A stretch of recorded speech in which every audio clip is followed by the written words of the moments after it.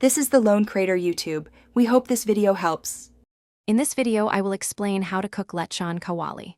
First, select a high-quality, boneless pork belly piece, weighing about 2 pounds, ensuring it has a good meat-to-fat ratio. Cut the pork into large, even sections for consistent cooking. Place these pieces in a large pot, then cover them completely with water, adding a tablespoon of salt and a few bay leaves. Boil this mixture gently for about 1 hour and 15 minutes, or until it is tender. Once your pork is tender, carefully remove it from the boiling water and drain it well. This next step is crucial for crispiness. Thoroughly pat every surface of the pork belly dry with plenty of paper towels. Then, generously season all sides with a good amount of salt and freshly ground black pepper.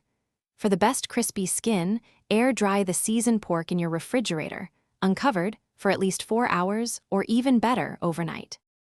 Now it is time for the magic of frying.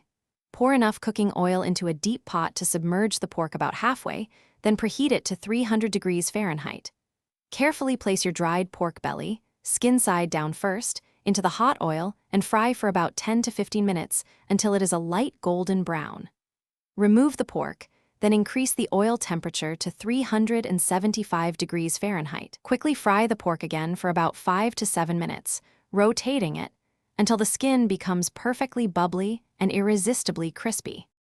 After achieving that beautiful crispiness, it is important to let your lechon kawali rest for at least 10 minutes.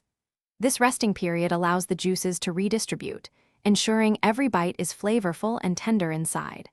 Once rested, carefully slice the pork belly into elegant, bite-sized pieces. Serve your delicious, homemade lechon kawali immediately alongside a traditional spiced vinegar dipping sauce or perhaps a sweet lechon sauce. Enjoy your incredibly satisfying, crispy creation. Thanks for watching.